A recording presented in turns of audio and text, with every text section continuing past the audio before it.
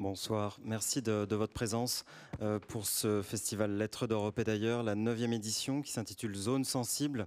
Nous les explorons depuis lundi. Le festival a commencé au Centre d'art contemporain de Brest avec Guy Granatné et Annette Hoog. Hier soir, nous étions au Goethe-Institut avec Esther Kinski et Lisette Lombé. Et ce soir, nous avons la chance d'accueillir Dubravka Ugresic et Gonzalo Tavares pour évoquer cette question de l'exil, de l'histoire, de la politique, mais aussi évidemment de beaucoup de choses qui trameront évidemment la conversation et beaucoup de ces choses qui sont au cœur évidemment de leur œuvre. L'interprétariat de Gonzalo Tavares est assuré par Anarita Dehesa. L'interprétariat de Dubravka Ugresic est assuré par sa traductrice, Chloé Billon, et la soirée est modérée par Francesca Isidori. Je vous remercie et je remercie la Maison de la Poésie de nous accueillir ce soir. Merci, bienvenue, merci d'être là pour écouter deux des plus grands écrivains européens d'aujourd'hui, écrivains d'Europe et au-delà. Et je voulais commencer cette soirée par l'évocation rapide du contexte dans lequel nous avons pensé l'ensemble de Lettres d'Europe et d'ailleurs pour cette année. C'était en plein confinement et nous ne savions pas très bien comment les choses allaient tourner et à quel moment précisément on pourrait réaliser cette 9e rencontre de Lettres d'Europe et d'ailleurs. Et donc, je voudrais commencer par poser la question à Gonzalo Tavares et à Dubravka Ugresic de quelle manière ils ont vécu ce moment du confinement. Et immédiatement, j'ai pensé que le mot exil pouvait déjà entrer en scène, même si Dubravka va me pardonner si j'utilise le mot exil, elle qui en connaît vraiment un grand bout de ce que ça veut dire. Mais voilà, pendant la période du confinement, nous avons vécu un drôle d'exil parce que nous n'étions pas chassés de chez nous, nous n'étions pas obligés de changer de langue, mais nous étions exilés du monde. Nous étions exilés de la réalité extérieure, sauf celle qui entrait via la télé, mais enfin bon, ou la radio. Alors, voilà, comment vous avez vécu ce moment? Qu'est-ce que vous avez fait? Et quelles leçons aujourd'hui vous tirez? Et qu'est-ce qui a changé dans votre appréhension même de ce moment de crise?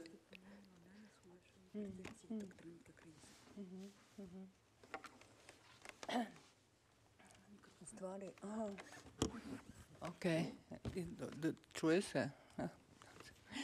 U stvari, ja po prvi puta sada, ove večeri kad ste mi postavili to pitanje, pokušavam artikulirati tih 2 godine.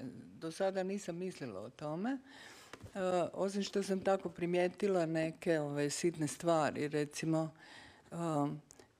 kad sam doputovala u Pariz jučer, onda sam toliko puno dočekala me moja urednica i ja sam ju zadavila riječima potpuno. Ja sam samo pričala i shvatila sam da ono što mi nedostaje, zapravo nedostajalo za ove 2 godine, je ta jedna živa komunikacija. Chloé. À dire vrai, c'est la première fois ce soir, maintenant que vous m'avez posé cette question, que j'essaye de réfléchir, d'appréhender, d'articuler ce qui s'est passé pendant ces 2 ans. Jusqu'alors, je n'y avais pas vraiment pensé. Et j'ai commencé à remarquer des détails. Par exemple, quand je suis arrivée à Paris hier, mon éditrice est venue m'accueillir à la gare et je l'ai littéralement inondée, noyée dans un flot de paroles. Et je me suis rendu compte que c'était probablement ça qui m'avait manqué pendant ces 2 ans, la communication en personne. Mislim da je moja urednica ostala živa, tu je negdje u publici. Heureusement, mon éditrice est encore en vie, il me semble qu'elle est même dans le public. Što se tiče egzila i egzila i ove karantene,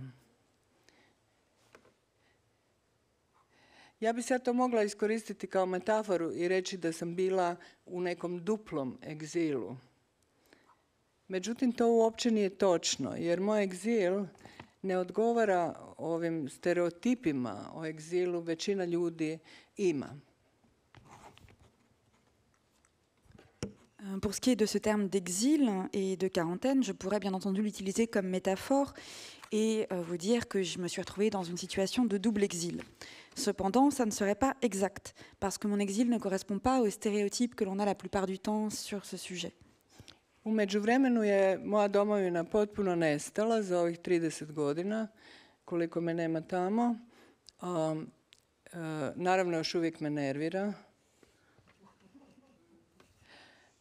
Ali egzil je s vremenom postao moja domovina. Unutar toga, korona je bila zapravo, ako je vani bio život, onda je korona bila neka vrsta neprijatne izolacije koja nekako sve je pomakla. I moju percepciju svijeta, osjećaj sigurnosti, nesigurnosti. Mislim da se najveća stvar dogodila u percepciji vremena.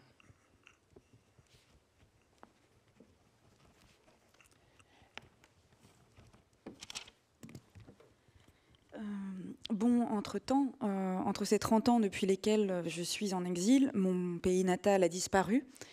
Et bien entendu, il continue à m'énerver. Mais on pourrait dire que cet exil, d'une certaine manière, est devenu mon pays, mon nouveau pays.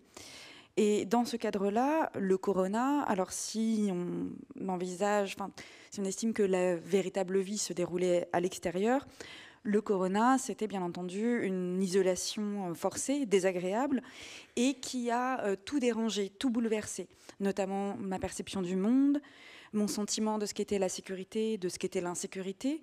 Et je dirais que ce qui a été le plus bouleversé, c'est ma perception du temps. Tu je nastala neka zbrka vremenska. Tim više što i inače mi svi živimo zbog digitalizacije našeg života. Mi svi zapravo živimo zbog iščezavanja pojmova kao što su prošlost i budućnost. Mi svi živimo u ekstremnoj sadašnjosti. Tako da i to jedan moment koji je uveo tu zbrku. I na kraju još ću samo dodati da sam, što se kreativnog posla tiče, ja sam jako zavidjela piscima koji su izjavljivali kako za vrijeme korone da je to bio najkreativniji dio njihovog života. Naravno jer su bili zatvoreni.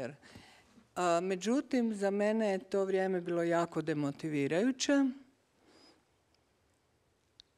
Odnosno, s druge strane je bilo jako kreativno jer me bacilo na neke rubove koje nikada nisam dirala. Recimo, da bih kratila vrijeme, sam se počela baviti nekakvim tobože umjetničkim, artističkim poslovima i čak sam uspjela imati jednu izložbu, na primjer. Ili nešto potpuno čudno, jer ja sam odustala od dječje književnosti. Ja sam počela kao dječji pisac i odustala sam od dječje književnosti s pravom, jer sam bila jezivo netalentirana, mislim, priznajmo. Međutim, sad sam našla jedan mali tim dizajnerica, sve su mlade žene u Zagrebu i sad smo počeli jednu seriju dječjih slikovnica. Tako da to nikad ne bi, da nije bilo korone.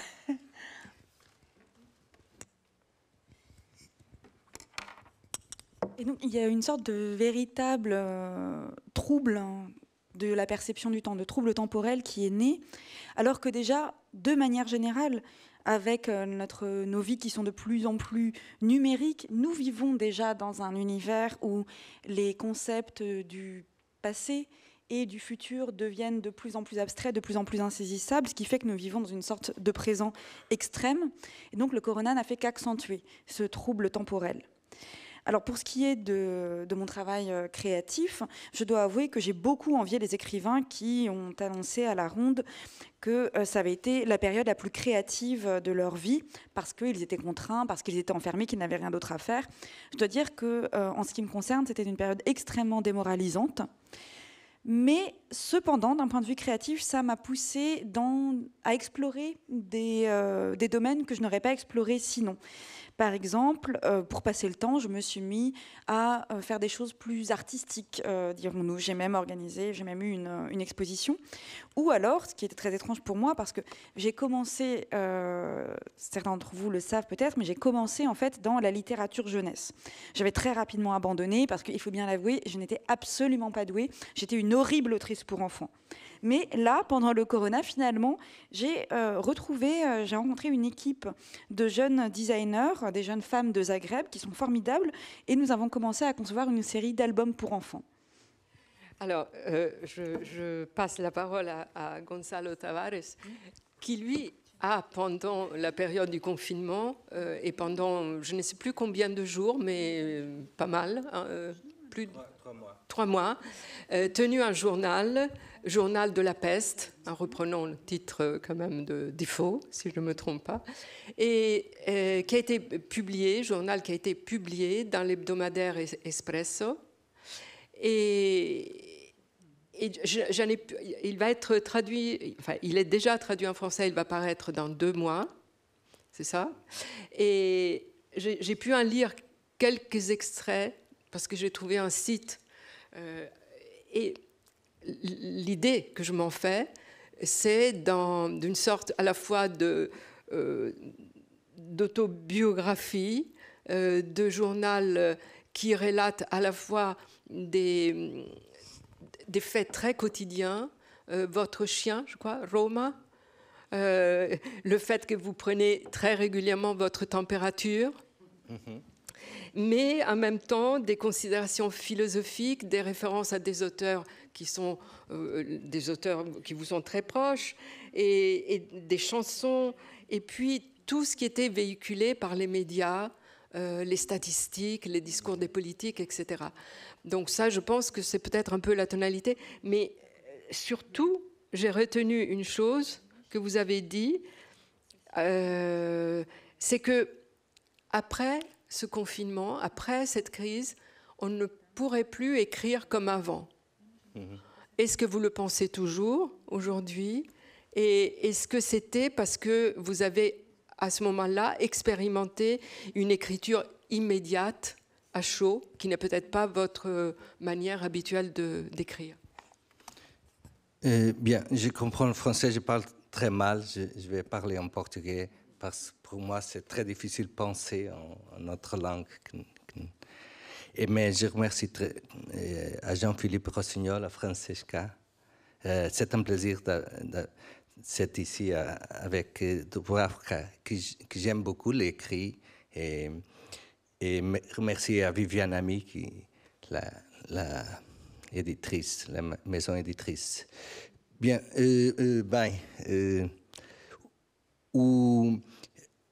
eu não conseguia nem ler ficção, nem escrever ficção, porque estava constantemente em frente à televisão a ver as notícias.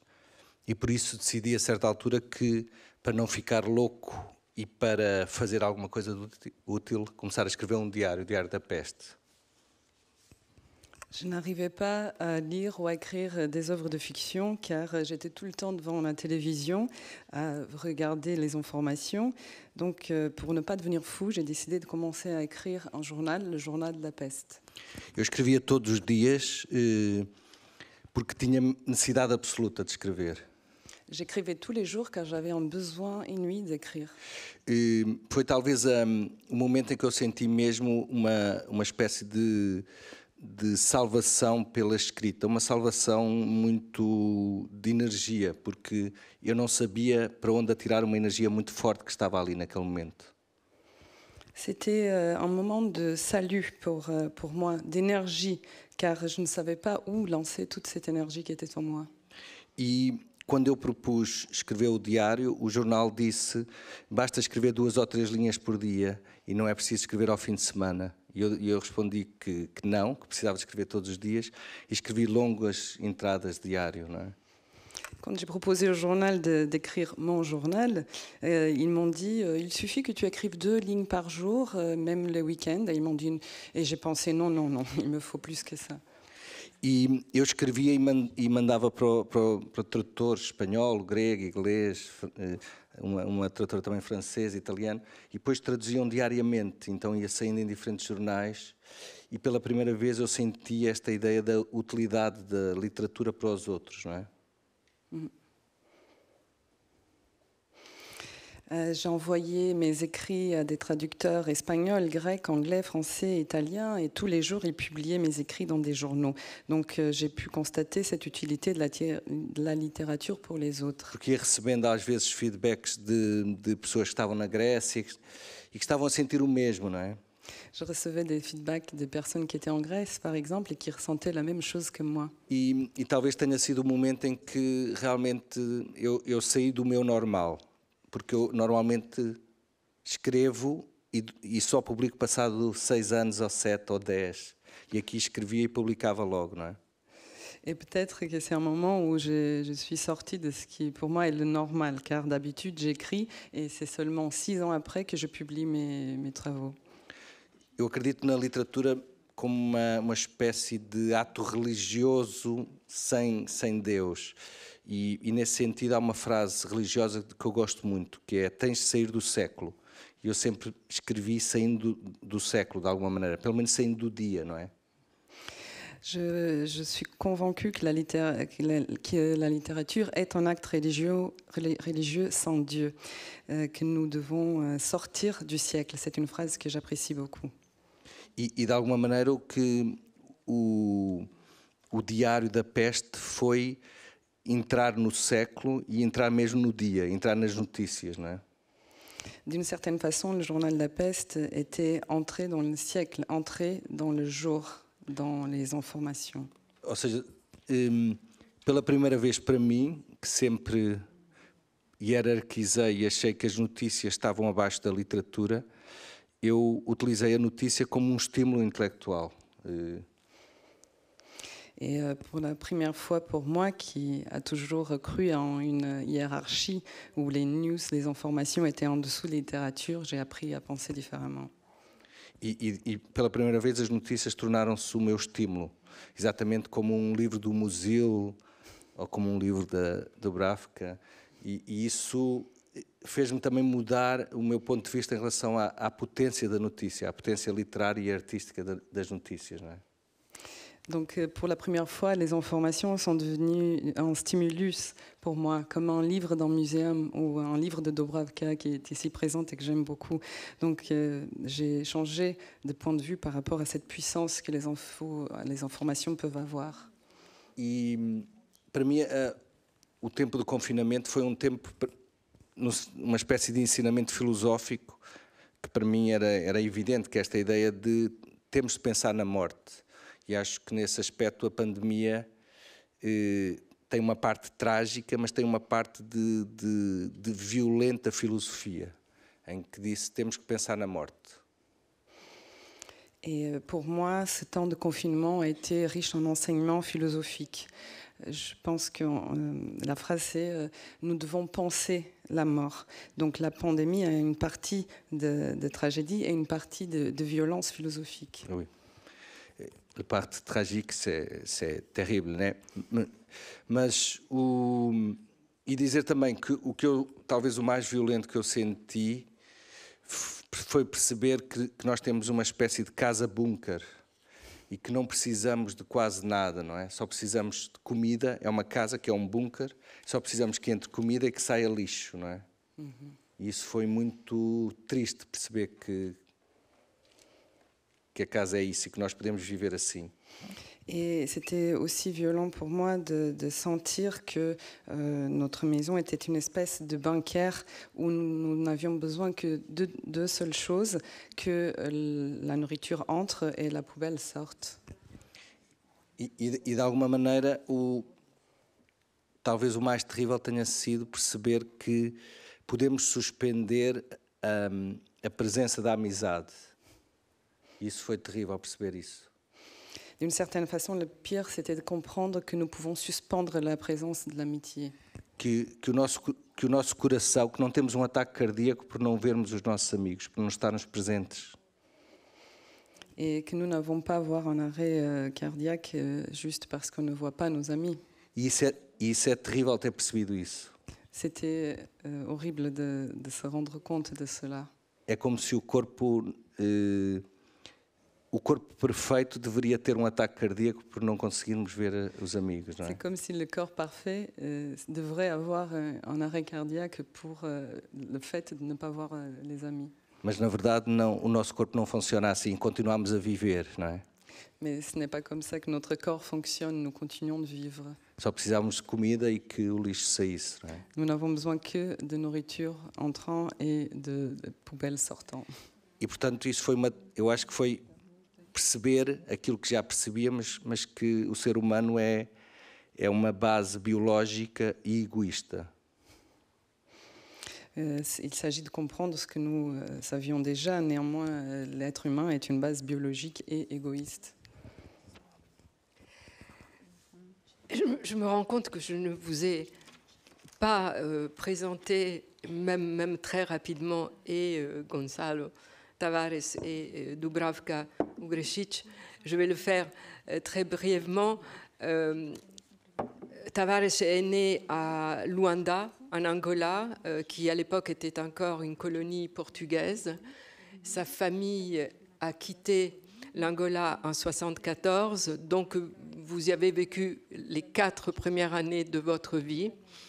Ça va être difficile de vous poser la question de l'exil, mais d'une autre manière, je la poserai.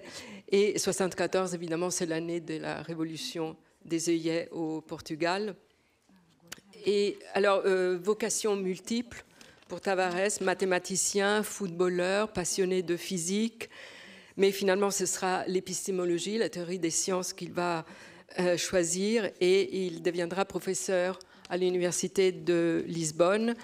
Et ses premières publications sont en 2001, donc voilà, vous fêtez cette année vos 20 années d'écriture, de publication en tout cas, et romans, poèmes, essais, toutes sortes de fantaisies littéraires, pièces de théâtre, et parfois ces livres réunis en cycle, comme Le Royaume ou Le Quartier, dont on va parler, puisque je pense que le mieux, ce serait de s'appuyer sur vos 2 derniers livres. Donc pour Gonçalo Tavares, c'est Le Quartier, les Messieurs, qui vient de sortir, qui est sorti il n'y a pas longtemps chez Viviane Ami, son éditrice en France. Et pour Dubravka Ugrešić, ce sera Baba Yaga à Pendu à Neuf, aux éditions Christian Bourgois, traduit par Dominique Nedelec, traduit par Chloé Bilon, je confonds tout, par Chloé ici présente, et alors que c'est Dominique Nedelec qui a traduit Gonçalo. Alors, une fois qu'on a dit ça de Gonçalo, de Dubravka Ugrešić, je vous dirais simplement qu'elle a quitté la Croatie où elle est née en 1993 à la suite de toute une campagne de diffamation, de harcèlement moral dont elle a été l'objet parce qu'elle avait publié dans un journal une critique assez acerbe du nationalisme, du fanatisme nationaliste des Croates et des Serbes, de la stupidité de ce nationalisme. Et du coup, tout le monde a été contre vous, Dubravka, jusqu'à ce que vous soyez obligé de quitter et l'enseignement à l'université et de vous de vous exiler d'abord en Allemagne, ensuite aux Pays-Bas, où vous vivez encore aujourd'hui. Et alors, justement, si on reprend la question de l'exil, mais cette fois-ci, l'exil à partir de votre expérience, comment vit-on dans une langue alors qu'on écrit dans une autre langue? Est-ce que c'est l'un des aspects que l'exil vous a imposé? Comment vous pensez aujourd'hui, puisque vous êtes parti en 93, au moment de votre exil, et qu'est-ce qu'est devenu cet exil pour vous, puisque vous ne souhaitez pas être présentée comme une écrivaine exilée, mais ce qui vous convient davantage, c'est une écrivaine transnationale, post-nationale, et voir ce qu'on peut faire aujourd'hui, justement, de cette idée de transnationalité ou d'expatriation, comme dit Arianna Dagnino.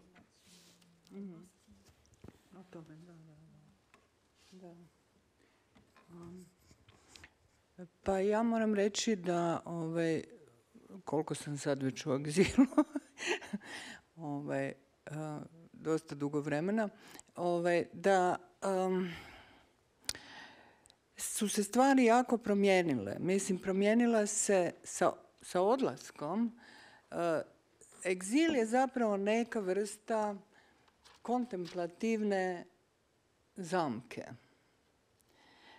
Vi hoćete ili nećete, bez obzira na to jeste li proputovani, jeste li puno putovali i prije nego što ste se odlučili, vi odjedanput sve ono što ste znali, mislim, sve to se propituje ponovo. I to jako važni, htjeli to ili ne, mislim, jako važni momenti koji zapravo čine vaš život. Recimo, kao što je pojam domovine. Šta je to domovina? Šta je to rodoljublje? Šta je to obitelj? Šta je to prijateljstvo? Šta je to književnost? Šta je nacionalna književnost? Ko ste vi kao pisac, pisateljica?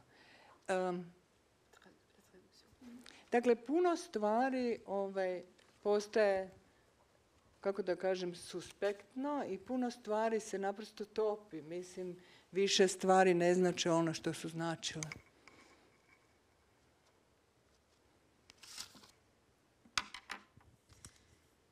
Alors, je dois dire que depuis le temps que je suis en exil, et ça commence à faire, les choses ont beaucoup changé. Et l'exil n'est plus ce qu'il était au départ. Au départ, l'exil est une sorte de piège contemplatif, que vous le vouliez ou non. Et peu importe si auparavant vous aviez déjà vu le monde, si vous aviez déjà beaucoup voyagé ou l'habitude de voyager, soudain, tout ce que vous saviez est remis en question, que vous le vouliez ou non. Et c'est un moment très important, et ce sont des moments très importants de votre vie qui sont remis en question. Par exemple, qu'est-ce que la patrie? Qu'est-ce que le patriotisme? Qu'est-ce que la famille? Qu'est-ce que l'amitié? Qu'est-ce que la littérature? Qu'est-ce qu'une littérature nationale? Et qui êtes-vous, du coup, en tant qu'écrivain ou qu'écrivaine? Beaucoup de choses que vous preniez pour acquises deviennent soudain suspectes et se mettent à fondre d'une certaine manière. Elles ne veulent plus dire la même chose que ce qu'elles voulaient dire auparavant. Jugoslavenski slučaj je jako teško razumjeti. Naprosto zato što je postojao jedan jezik. Taj jezik se zvao srpsko-hrvatski ili hrvatsko-srpski i govorio, taj jezik je bio oficijalni jezik Jugoslavije i na tom jeziku su govorili Hrvati, Srbi, Bosanci i Crnogorci.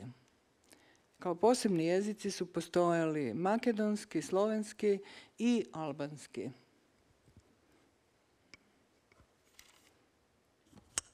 Alors, le cas yougoslave est très difficile à comprendre, notamment parce qu'il existait auparavant une langue qu'on appelait le serbo-croate ou le croato-serbe et qui était l'une des langues officielles de la Yougoslavie. Cette langue était parlée par les Croates, les Serbes, les Bosniens et les Monténégrins. Alors, il y avait aussi d'autres langues officielles qui elles étaient différentes, qui sont le macédonien, le slovène et l'albanais. Sa raspadom Jugoslavije raspao se i jezik zajednički. I tu smo svi shvatili da je zapravo jezik političko pitanje. Kao što je političko pitanje postala književnost, kao što je postala umjetnost, kao sve ono za što smo mislili da nije politika. U tom smislu se i moj jezik raspao, da vi više ne znate na kom jeziku sad pričate, zato što su se odmah skočili prilježni lingvisti koji su kroatizirali hrvatski jezik, srbizirali srpski jezik, također i pismo, bosnijalizirali bosanski jezik i tako dalje. Osim toga, počela je podjela pisaca na hrvatske, bosanske, srpske i tako dalje. Zato nije postojao ni jedan razlog osim blood type, ethnicity. I to je najodvratnije. Mislim, to je fašizacija zapravo književnosti i umjetnosti. I postojala je velika prisila na sve pisce da se izjasne. Dakle, ili nećete ili hoćete. Ja sam jedna od rijetkih koja je napisala, kad je bio taj popis stanovništva, da sam drugi. Nisam naprosto htjela biti, mislim, ono na što me prisiljavaju. Mislim, jugoslavenstvo je kao amerikanizam. Mislim, znate, vi ste zapravo državljani neke države, mislim, a vaš etnicitet ili što, pa to je vaša odluka. Mislim, vaše pravo da se izjašnjavate ovako ili onako. Međutim, pravo da se ne izjašnjava, moje pravo da ne pripadam, nije bilo poštovano. I zato sam postala, između ostalog, neprijateljica naroda.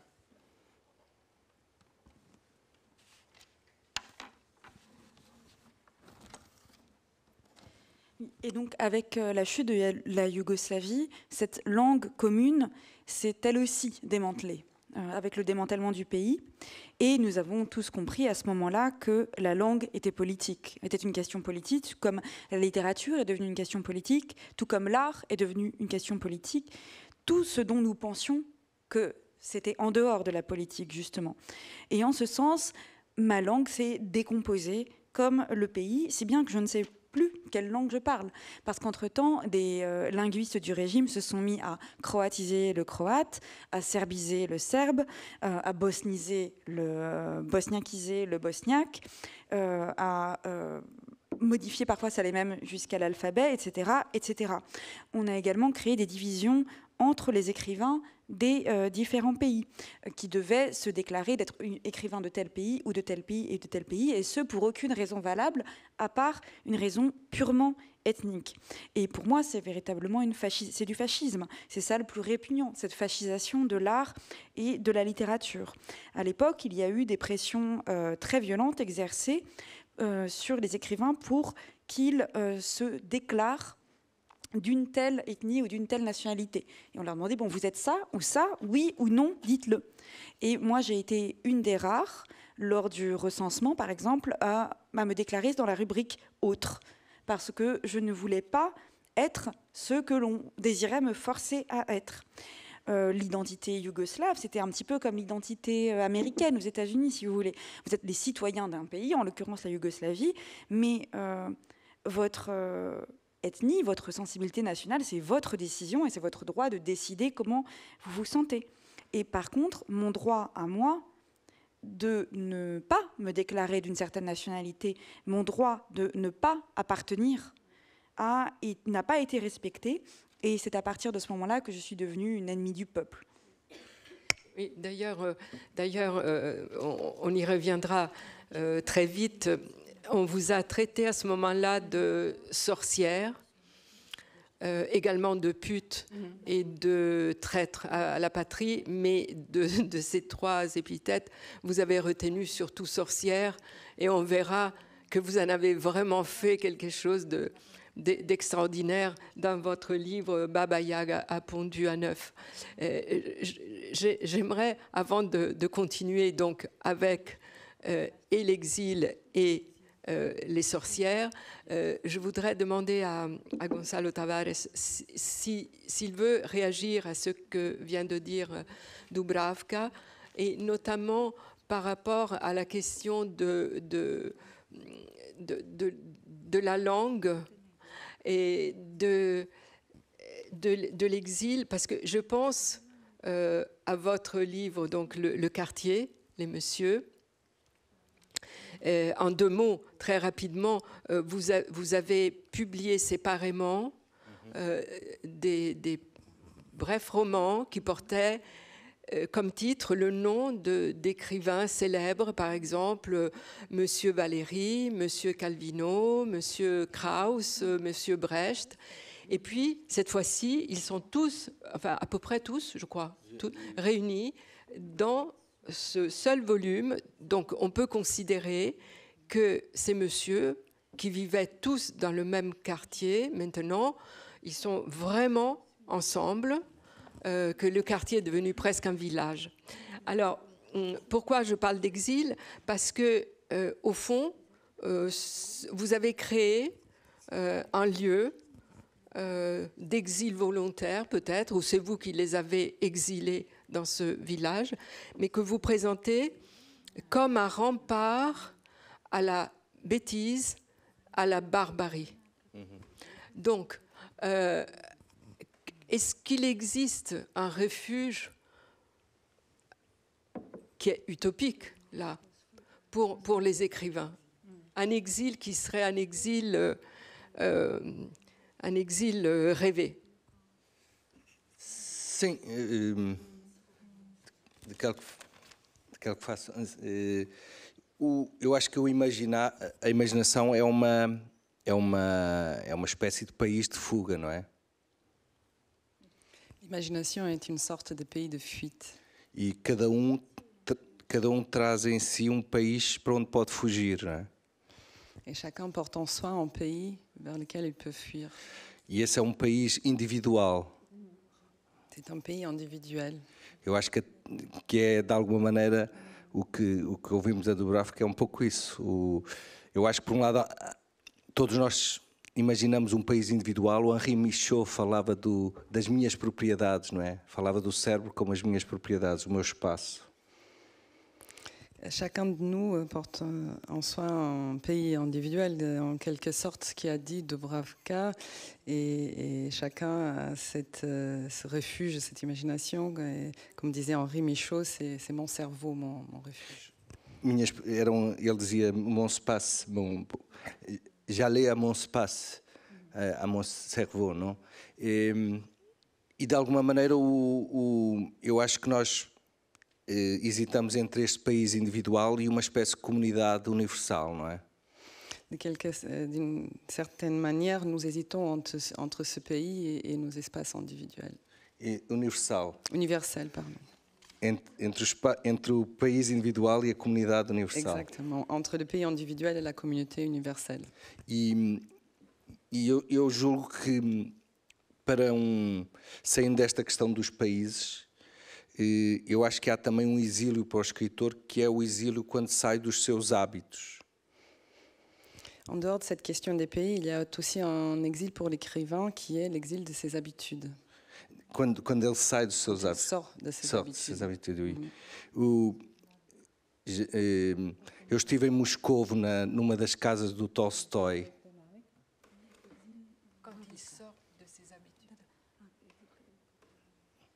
Eu estive em Moscovo, numa das casas do Tolstói, e foi muito. Não sei se queres dizer. J'étais à Moscou chez une des maisons de Tolstoï. E era o escritório dele era muito bonito porque tinha a mesa e tinha a cadeira, mas tinha as pernas cortadas da cadeira, as pernas estavam cortadas.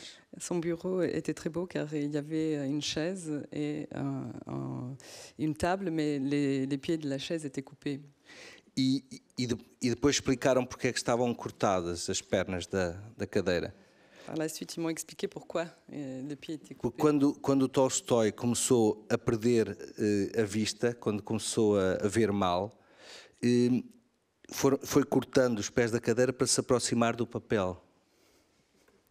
Quand Tolstoï a commencé à avoir des problèmes de vision, il a coupé les pieds de la chaise pour s'approcher de la table. E realmente eu fiz os cálculos até pela altura do Tolstói e realmente as pernas da cadeira estavam de tal forma cortadas que ele deve ter terminado totalmente junto ao papel mesmo, completamente junto. Selon mes calculs, il a tellement coupé les pieds qu'il a fini juste sur le papier. Le nez sur le papier. E é muito bonito porque ele não queria escrever noutra mesa nem noutra cadeira, não é? C'est très beau car il ne voulait pas écrire dans une autre chaise et table. E portanto, de alguma maneira, para ele o exílio seria sair daquela cadeira e daquela mesa, não é? Pour lui, l'exil, c'était de sortir de cette chaise et de cette table.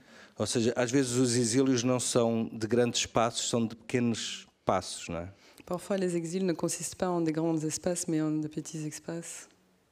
Pequenos passos. Oui. Petits Petits espaces. passos. Pardon, des pas, des petits pas. Des petits pas, oui. E de alguma maneira o que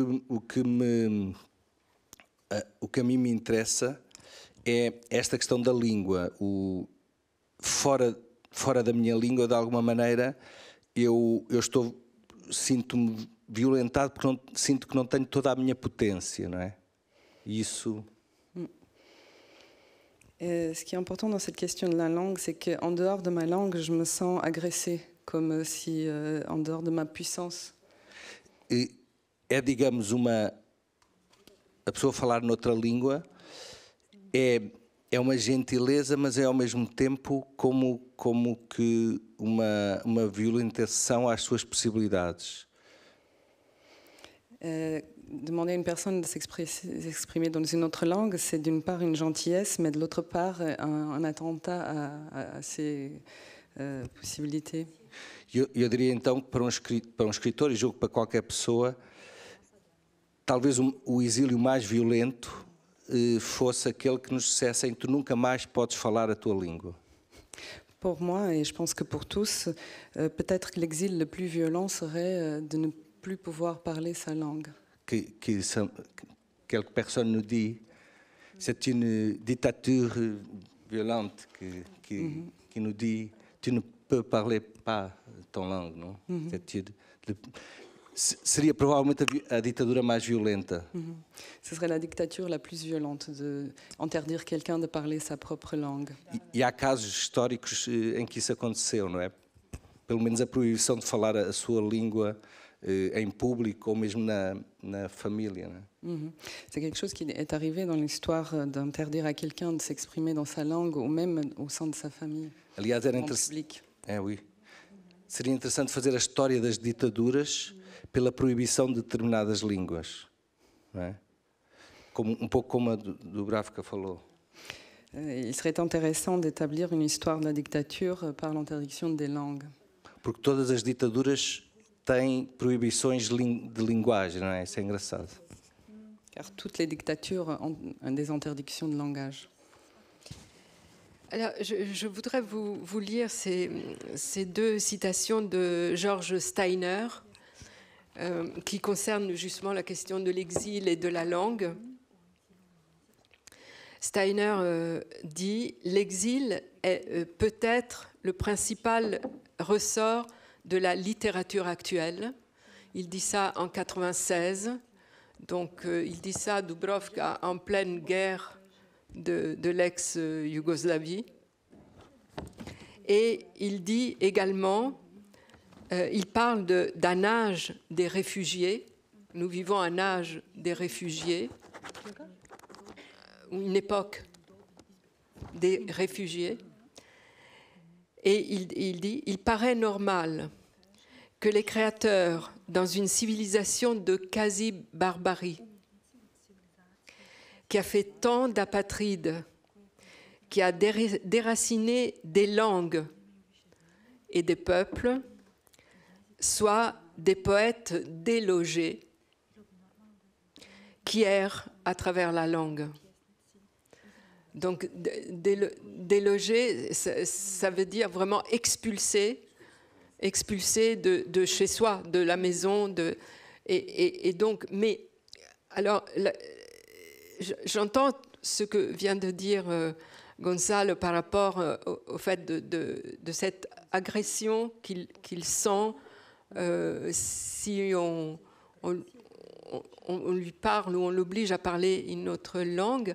Mais par ailleurs, je me demandais, et je vous demande surtout, s'il n'y a pas un quelque bénéfice entre les pertes et les profits de l'exil, évidemment un bénéfice extrêmement douloureux et payé au prix fort, mais qui est précisément celui d'écrire, de continuer à écrire dans sa propre langue, mais sous le regard d'une autre langue qui, du coup, modifie sa propre langue. Qu'est-ce que vous en pensez, Dubravka? I think I'm the only case. First of all, I went to exile when I was 45, which makes me the oldest asylant at all. I mean, nobody goes in that age when other people are thinking about their pension plans. Du coup, vous êtes passé à l'anglais. C'est très bien.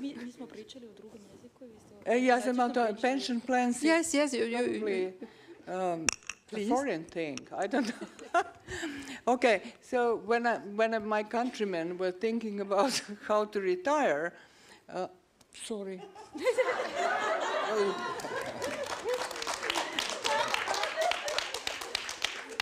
I'm so sorry. Dakle, ovako. Ja sam otišla u egzil sa 45 godina, kad niko ne ide u egzil. Pogotovo ne idu žene. To je otprilike kao rastava braka u 50. I naprosto zbog starosti ja nisam bila spremna i nisam mogla uopće uzeti neki drugi jezik kao jezik svoj kreativni. Što se dogodilo mnogim mladim ljudima, recimo koji su danas u književnosti, ravnopravni njemački pisci, a došli su iz bivše Jugoslavije ili u Americi ili bilo gdje. Ili što se dogodilo, ima jedan pisac koji je došao iz Bosne u Francusku i koji je naučio jezik i piše na francuskom. Mislim da se zove Velibor Čolić. Da. Međutim, da. Voilà, moi je suis un cas particulier parce que je suis partie en exil à 44 ans. C'est très vieux comme âge pour partir en exil, surtout pour une femme. Moi, c'est un peu comme divorcer à 50 ans, quoi. Et donc, à cause de cet âge, je n'étais pas prête ou je n'ai pas pu adopter une autre langue comme langue de création. Au contraire, d'exilés plus jeunes, par exemple. Il y a beaucoup d'écrivains qui sont aujourd'hui des écrivains très reconnus et tout à fait égaux à leur père, par exemple en littérature allemande ou en littérature américaine, et qui sont arrivés très jeunes d'ex-Yougoslavie. Ou alors, il y a ce cas aussi en France, il y a l'écrivain Velibor Čolić, qui est arrivé comme réfugié de Bosnie, qui a appris le français et qui aujourd'hui écrit en français. Da, ali se mijenja sa egzilom, to je važno isto reći, da se mijenja na neki način to što pišete. Kada ste vi unutar svog jezika i unutar svoje domovine, vi zapravo se obraćate publici koju znate. Vi se služite referencama koje svi razumiju. Vi se čak služite s nekom vrstom glupog humora lokalnog, koji svako razumije. Međutim, situacija se mijenja kada ste vani. Vi računate isključivo na svog idealnog čitaoca, koji se nalazi svuda. U Sibiru, u Južnoj Americi, u Africi. Dakle, to idealan čitalac. I vi reducirate te svoje lokalne reference, imate neku novu vrstu jezika i novu vrstu percepcije. I ono za što se ja, da kažem, zapravo borim kroz sve ove godine na razne načine, to je da se napravi jedna teorijska platforma koja će se zvati ili transnacionalna književnost, postnacionalna književnost, antinacionalna književnost, jer nema gore antiintelektualnije djelatnosti od nacionalne književnosti, koja, da bi dokazala da je nacionalna, mora nužno biti ekskluzivistička. Dakle, samo inkluzivistička može računati na neki status te postnacionalne književnosti. Zašto? Zato što ima jako puno sada pisaca koji ili pišu na svom jeziku, a žive u Novom Zelandu, ili su prihvatili jezik host country, dakle zemlje domaćina, a odnekle su drugdje. Svako bira neke svoje varijante, ali oni imaju taj jedan identitet koji podrazumijeva puno više kultura i jezika i iskustava nego što je samo taj nacionalni.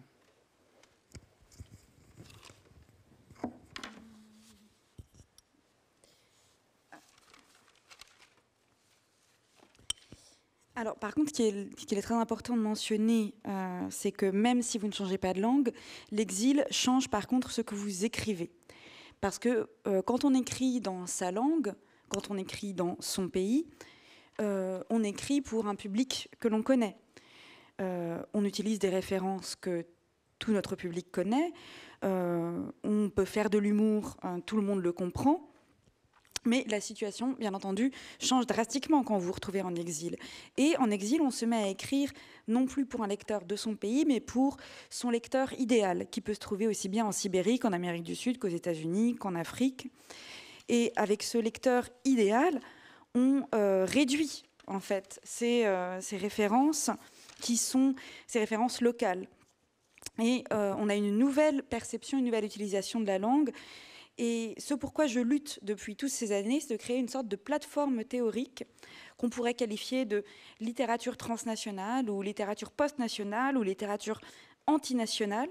Parce que moi, je trouve qu'il n'y a rien de pire en termes d'anti-intellectualisme que de la littérature nationale. C'est une littérature excluante et non inclusive. Et l'inclusivité sera un critère essentiel pour ce statut de littérature post-nationale. Et parce que c'est un statut finalement que beaucoup d'écrivains partagent aujourd'hui. On a par exemple des écrivains qui écrivent dans leur langue maternelle, mais qui vivent en Nouvelle-Zélande, ou d'autres écrivains qui ont adopté la langue du pays d'accueil. En fait, chacun jongle avec tous ces facteurs, chacun choisit sa propre variante, et il y a de plus en plus d'identités multiples qui rassemblent de nombreuses cultures, de nombreuses langues. C'est une expérience qui est bien au-delà de la nationalité. Alors, Gonzalo, justement, je pense que sur ce point d'une plateforme de littérature transnationale, vous avez des choses à dire. Et d'ailleurs, je me demandais, mais entre eux, tous ces messieurs, Valéry, Krauss, Brecht et autres, quelle langue parlent-ils? La langue de l'imagination, je pense que c'est bien. Em Itália há um santo que eu acho muito bonito, que é era um porteiro que abria, porteiro, não é? Que só fazia uma coisa, abria as portas, mas com alegria. Et foi transformado em santo. En Italie, il y a un saint que je trouve très très beau. Il était concierge et il n'ouvrait les portes qu'avec de la joie. Et c'est la seule chose qu'il faisait. E ficou santo, e fizeram-no santo por causa disso, não é? Il est devenu saint grâce à ça. E a ideia de abrir portas com alegria acho muito bonita, que é precisamente o que deve fazer uma pessoa, a literatura, um livro, não é? Deve ser uma espécie de santo que abre a porta com alegria, não é? Um livro deve ser isso. L'idée d'ouvrir la porte avec joie, c'est quelque chose de très beau. C'est ce qui devrait faire une personne en écrivant quand il écrit un livre. Um livro. E um livro também ser isso, não é? Ser uma espécie de porteiro que abre uma porta com alegria, não é?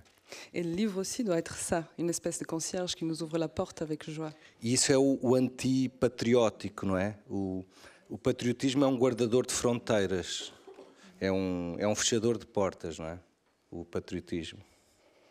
Le patriotisme, c'est un gardien des frontières, c'est quelqu'un qui ferme les portes. Eu diria que patriota é alguém que fecha portas com alegria. Un patriote, pour moi, c'est quelqu'un qui ferme les portes avec de la joie. Eu prefiro o santo italiano, não é? Je préfère le saint italien. Da literatura e da língua, eu acho que há... Eu penso que escrevo também, um pouco como a Dubravka falava, de alguma maneira pensando neste transnacional, ou esse bairro não tem nacionalidade, não é? É um bairro imaginário, utópico. Par rapport à la littérature et à la langue, je pense que j'écris, comme Dubravka l'a dit, d'une façon transnationale. Mon quartier, c'est un quartier imaginaire, il n'a pas de frontières. No entanto, eu acho que há escritores, e eu próprio já escrevi alguns livros, que estão muito ligados à língua. Néanmoins, il y a des écrivains, moi inclus, qui sont très liés à la langue. Eu tenho alguns livros que estão ligados, a maior parte não é? Tenho alguns livros que estão ligados à língua, mas outros não. J'ai plusieurs livres, la grande majorité, qui sont liés à la langue, mais pas tous. Pois, talvez ou seja, os grandes clássicos, por exemplo, Dante, é muito difícil ler sem perceber italiano, não é? C'est très difficile de lire les grands classiques comme Dante sans comprendre l'italien. Por exemplo, Camões, o grande poeta português, é muito difícil ler sem ser em português, em tradução. Le grand poète portugais Camões, c'est très difficile de le lire en traduction. Qualquer tradução vai... Eu gosto muito da imagem da tradução ser levar água nas mãos, não é? É como levar água das mãos de um lado para o outro, e há alguma água que se vai perdendo entre as mãos. J'aime bien l'image de la traduction qui serait comme porter de l'eau dans les mains. Il y a beaucoup d'eau qui fuit entre les doigts. E há escritores como Camões, Dante, que claramente não é impossível passar para outra língua. Portanto, são escritores da sua língua. E eu acho isso muito bonito, porque é uma língua, tem a ver com o som da língua, não é? Et il y a des écrivains comme Camões et comme Dante où il n'est clairement pas possible de les lire dans d'autres langues. Ce sont des écrivains de leur langue et je trouve cela beau. Peut-être Flaubert.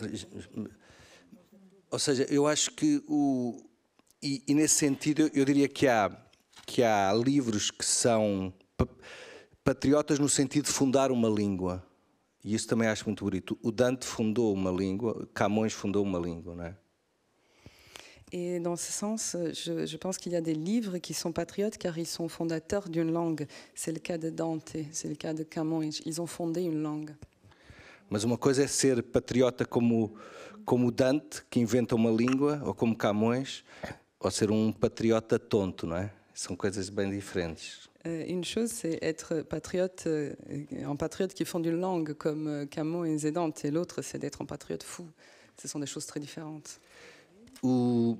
Há uma frase de um filósofo alemão que gosto particularmente, que é o Walter Benjamin, que tem uma frase que sempre me marcou. Ele diz: o golpe decisivo será dado com a mão esquerda. Il y a une phrase d'un philosophe allemand que j'aime beaucoup, Walter Benjamin, qui dit le coup décisif sera fait avec la main gauche. E a ideia é precisamente que o melhor vai sair da mão menos hábil, não é? Vai sair da mão mais imprevista. Et l'idée est que le mieux va sortir de la main moins habile, celle qui est imprévue. E de alguma maneira esse contágio que falava das outras línguas também permite que muitas vezes nós criemos uma nova língua através da influência das outras, não é? Et cette contamination dont vous parliez des autres langues permet aussi de créer une nouvelle langue avec l'influence de toutes les autres. O Roland Barthes, il parlait da ideia da gramática como fascista. Há uma ideia do Roland Barthes, a ideia da gramática ser fascista, não é?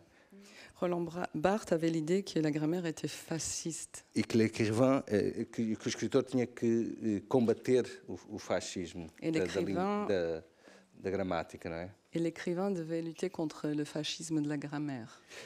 E de alguma maneira, esta ideia da mão esquerda também é um pouco isso. Eu acho que há partes da língua que são muito violentas também, por exemplo, no português. E escrever, pelo menos para mim, também é um pouco procurar a mão esquerda da língua, se eu puder falar assim, não é? Et d'une certaine façon, l'idée de la main gauche, c'est cela.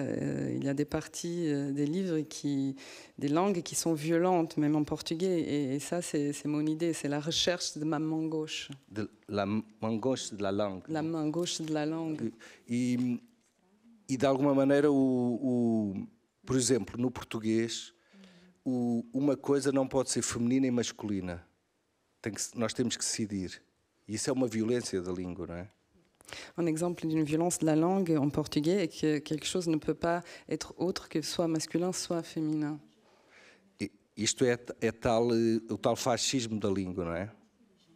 C'est cela, le fascisme de la langue. Por exemplo, uma coisa não pode ser singular e plural ao mesmo tempo no português. De la même façon, une chose ne peut pas être que singulier ou pluriel. Ne peut que être singulier ou pluriel. E é esse tipo de constrangimentos da língua, de violências da língua, que julgo que também um escritor deve combater, não é? Et pour moi, un écrivain doit combattre ce type de contraintes et de violence de la langue. Acho que há um instinto sabotador, não é? Uma espécie de sabotador, o escritor como sabotador, não é? C'est comme l'écrivain en tant que sabordeur. Ouais. Alors justement, là on s'approche de la fin, on s'achemine vers la fin de cette rencontre. Et j'avais une hypothèse que j'aurais dû quand même présenter d'emblée pour tenir ensemble, enfin en tout cas pour tirer des fils entre vos deux livres. Et quand vous dites, Gonçalo, l'écrivain comme un sabordeur, quelqu'un qui sabote, je pense aux sorcières de Dubravka dans Baba Yaga à Pendu à Neuf. Très très rapidement, c'est un livre composite avec une première partie où une écrivaine croate qui vit à Amsterdam va rendre visite à sa mère à Zagreb, et la mère qui perd la mémoire, qui est amnésique, qui est atteinte de la maladie d'Alzheimer et qui en quelque sorte est en exil d'elle-même dans un monde qui est déjà un monde d'ex. Et ça, c'est la première partie. Donc avec un style plutôt documentaire. La deuxième partie, c'est vraiment la partie la plus romanesque, où il y a 3 vieilles femmes croates, toutes les 3, qui vont s'offrir une semaine de vacances dans un hôtel de grand luxe, un spa à Prague. L'une d'entre elles arrive avec un sac plein de billets, donc on ne sait pas trop d'où elle tient ces billets, mais enfin ça va servir à financer leur séjour. Et Et là, vraiment, ces 3 femmes sont enfin, tout ce que notre époque déteste, c'est-à-dire des vieilles femmes, et tout ce que notre époque tente d'attirer, puisque être une vieille femme, c'est une double peine, mais c'est aussi une manne pour le consumérisme. Et en effet, dans ce spa, elles sont entre les mousses, les bains de mousse, les massages, etc. Et ces 3 figures sont à leur manière des sorcières. Des sorcières avec tous les pouvoirs qu'ont les sorcières et qui sont explicités dans la 3e partie du livre, qui a plutôt la forme d'un essai, et où une érudite, quelqu'un qui connaît très bien le folklore des sorcières, va expliquer à l'éditeur du livre qu'on est en train de lire qui sont les sorcières, qui est Baba Yaga. Bon, alors, vous voyez, c'est un livre très complexe, mais avec des parties hilarantes, des parties qui sont bien plus graves parce qu'on comprend à travers la vie de ces 3 femmes qui sont aussi des ex-gynécologues, ex-infirmières, ex-croqueuses d'hommes. Donc on est vraiment dans un monde d'ex, comme la Yougoslavie.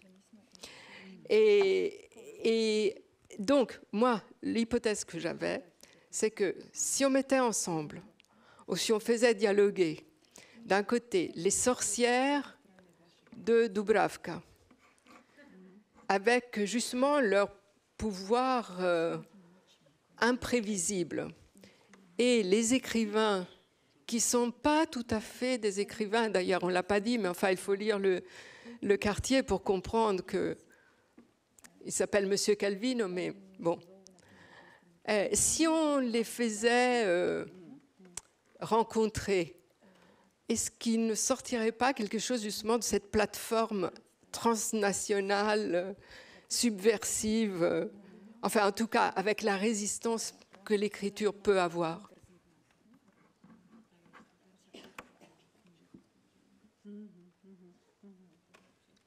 Qu'est-ce que vous en pensez?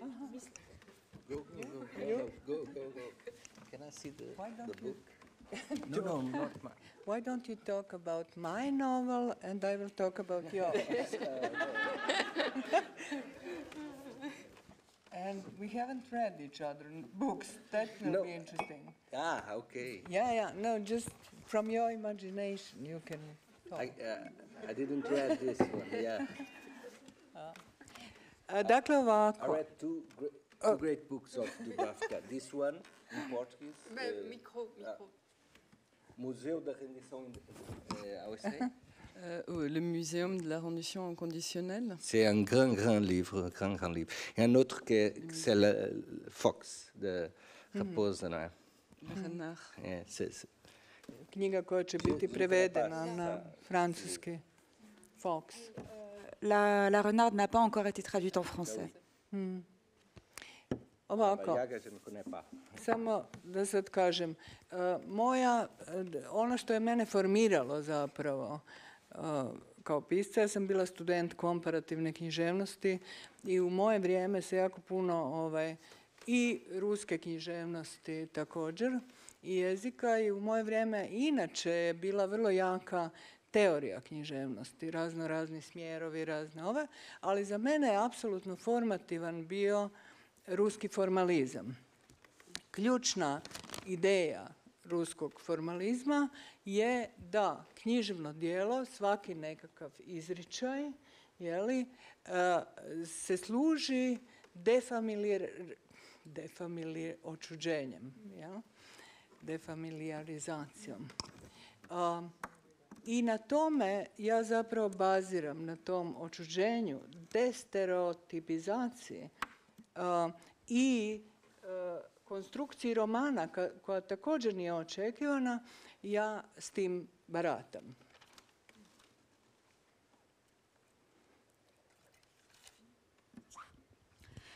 Oui, alors je serai brève. Moi, ce qui m'a formée, donc j'ai été étudiante de littérature comparée, j'ai aussi étudié la langue et la littérature russe, et à mon époque, la théorie littéraire jouait un rôle très important. Et ce qui a été particulièrement formateur pour moi, c'est le formalisme russe. Et il y a une des clés dans le formalisme russe, c'est que chaque expression, chaque forme que l'on emploie doit être utilisée de manière à opérer une défamiliarisation. Et c'est sur cette défamiliarisation, sur cette aliénation en quelque sorte que je travaille pour obtenir une déstéréotypisation. Et c'est le cas notamment même au niveau de la forme que j'ai choisie pour mon livre, qui est inattendue et qui me permet d'obtenir cet effet. Dakle, isto tako radi, na toj razini radi ovaj roman, Baba Jaga je snijela jaje, jer su to 3 dijela potpuno stilski različita i žanrovski različita. Et donc quand je dis c'est le cas pour la forme de mon roman, c'est parce que ce roman Baba Yaga a pondu un œuf consiste en 3 parties qui chacune étant très différente des autres en termes de style et de genre littéraire. Zašto je to tako? Zato što ja mislim da od tog, idemo reći, kolaža, iako nije sasvim kolaž, zapravo jedan dio radi za drugi, jedan dio obogaćuje drugi, semantički. I na kraju taj treći dio koji spada u nekakvu vrstu folkloristike, tobože znanosti, i također objašnjava prva 2 dijela koja su tobože autorska, a treći dio je izmišljena folkloristica Aba Bagaj, koja je zapravo vještica također.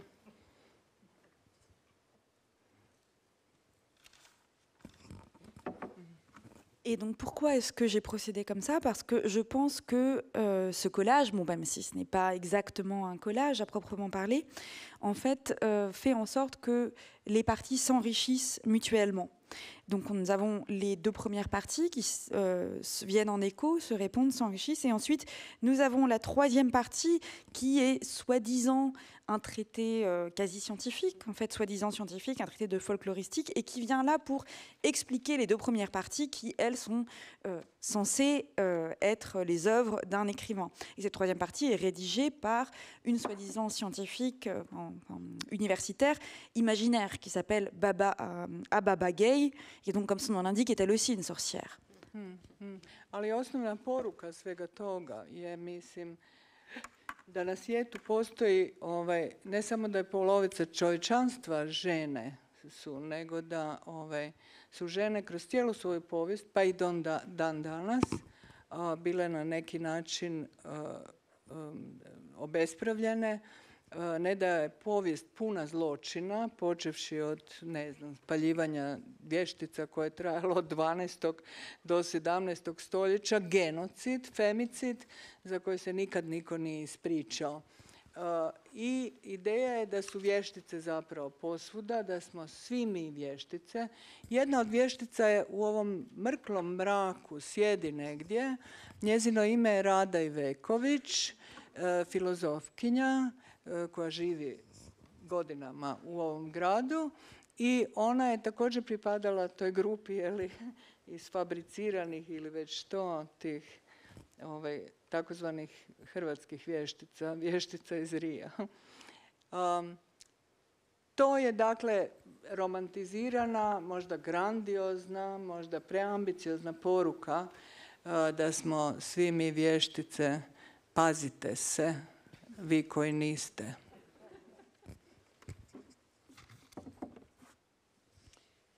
Oui, et le message, c'était que non seulement dans le monde, la moitié des êtres humains, la moitié de l'humanité, ce sont des femmes, mais d'autre part, les femmes, au cours de toute l'histoire, et aujourd'hui encore, ont été bien souvent privées de leurs droits. L'histoire regorge de crimes contre les femmes, donc à commencer par la chasse aux sorcières, qui consistait quand même à mettre des femmes au bûcher, qui a duré du XVIIe au XIXe siècle et pour laquelle personne ne s'est encore excusé.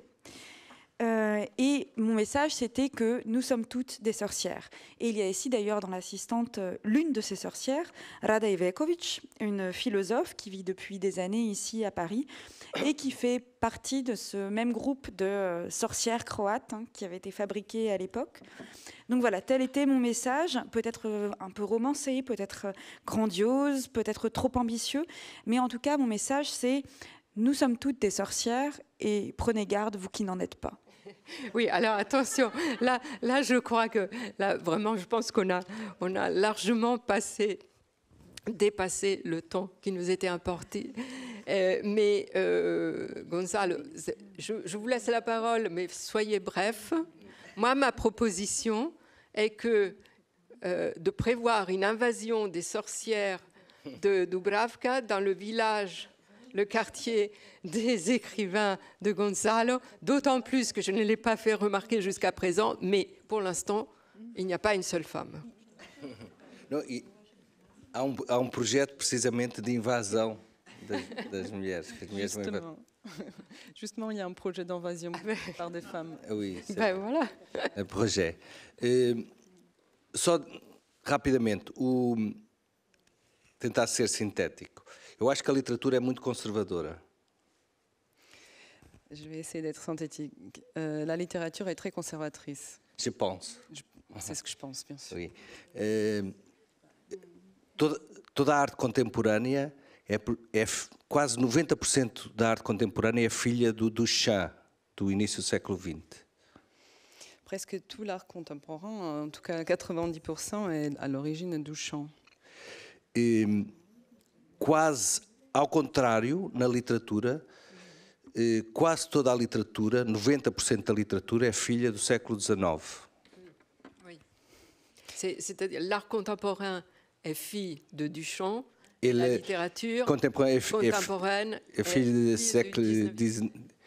Du 19e siècle. Duchamp. Duchamp. Marcel Duchamp. Marcel Duchamp. De alguma maneira, as vanguardas literárias do início do século XX desapareceram e entram numa espécie de campo das curiosidades, gabinete de curiosidades, não é? Les avant-gardes littéraires du XXe siècle ont en quelque sorte disparu et sont devenus une sorte de foire. Gabinete de curiosidades, não é? Curiosité. E isto mostra de alguma maneira como a literatura é conservadora. Eu penso que eu sou contra os géneros literários. Se eu tenho algum inimigo, são os géneros literários. Cela démontre ô combien la littérature est conservatrice. Moi, personnellement, je suis contre les genres littéraires. A classificação dos géneros literários cada classificação é uma diminuição da potência da linguagem. Chaque genre littéraire, cette classification est une diminution de la puissance littéraire. Quando dizemos que é um romance, não é ensaio, estamos a dizer que o romance não pode pensar. Quand on dit qu'un roman n'est pas un essai... Quando dizemos que há romance e há ensaio... Oui, quand on fait un clivage entre roman et essai, on dit que l'essai, que le roman, il n'est pas apte à penser. Quando fazemos uma diferença entre romance e poesia, estamos a dizer que o romance não deve prestar atenção ao som da linguagem, por exemplo. Quand on distingue entre roman et poésie, on dit que le son du roman n'est pas important. N'est pas important, oui. E estamos a dizer que a poesia não pode contar uma história. Et on dit que la poésie ne peut pas raconter une histoire. Parce que n'est pas un roman. Il ne peut pas penser parce que n'est pas un essai. J'aime décrire avec l'alphabet. Os escritores escrevem com o alfabeto, não com géneros literários. E o alfabeto tem uma potencialidade gigantesca, não é? L'écrivain écrit avec un alphabet et pas avec des genres littéraires. Et la potentialité de l'alphabet est immense. E de alguma maneira o que eu tento sempre, não estou a dizer que consigo, mas tento, é que cada livro funde um género literário. Cada livro inaugura um género literário. D'une certaine façon, j'essaye, peut-être que je ne réussis pas, que chaque livre inaugure un genre littéraire. Et le quartier, j'essaie de faire quelques... C'est le cas du quartier. A ideia eu acho que se perdeu a ideia da criação. Criador é para criar. Je pense qu'on a perdu en quelque sorte l'idée de création. En écrivant est fait pour créer. Un créateur, c'est pour créer, non? C'est le nom de... Et ce n'est pas pour répéter. Hein? Oui. Ce n'est pas pour répéter, c'est un créateur, non? Un créateur. C'est pour créer, pas pour répéter encore. E tem a ver com o dinheiro. E a tragédia disto é que tem a ver com o dinheiro. Et la tragédie, c'est qu'il y a un rapport avec l'argent. Formou-se uma indústria da repetição porque dá dinheiro, não é? On a créé une industrie de la répétition car elle génère de l'argent. C'est la tragédie du XXe siècle. C'est cela, la tragédie du XXe siècle de l'art. Eh bien, je vous propose de reprendre cette conversation. Mali komentar. Da, htjela sam reći, ja se apsolutno slažem s vama. I comprehend some words. I understand some words. Hoću reći da ćete vi i ja vječno ostati anonimni i siromašni, jer mi se ne uklapamo u tržište sa svojim idejama i radovima. Oui, je suis tout à fait d'accord avec vous, aussi bien qu'avec vous. Mais bon, ce que je voulais vous dire pour rebondir sur vos derniers propos, c'est que vous, comme moi, nous sommes condamnés à rester éternellement anonymes et pauvres parce que nous ne respectons pas les lois du marché, ni dans notre pensée, ni dans notre travail. Bravo. C'est bon comme ça pour moi. Merci. Merci beaucoup.